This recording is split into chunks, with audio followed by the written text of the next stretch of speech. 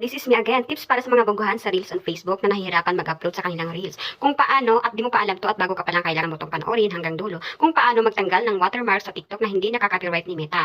Una, pumunta ka sa TikTok, maghanap ka ng videos mo na gusto mong i-upload sa iyong Reels, copy link mo lang, tapos back mo na pumunta ka na sa Chrome. Search mo ang pangalan ng Snaptik TikTok downloader, makita mo na dyan yung kulay blue. Paste mo na yung kinapilink mo sa TikTok, click mo yung download, wait ka ng 5 seconds. Pag na-download mo na, punta ka na sa iyong gallery. Ganyan lang kadali guys. At pwede mo na siyang i-download sa iyong Reels nang hindi nakaka-copyright ni Meta. Kasi bawal talaga yun guys, yung mag-upload ka sa iyong Reels, tapos lalabas doon yung watermark ni TikTok. Mababiolation po kayo doon guys. Kaya kailangan nyo tong malaman. Ito po yung ginagawa ng iba guys. Di ba napanood nyo yung yung iba, nagda-download sila galing sa TikTok, pero walang watermark. Ganito lang po yung ginagawa nila guys.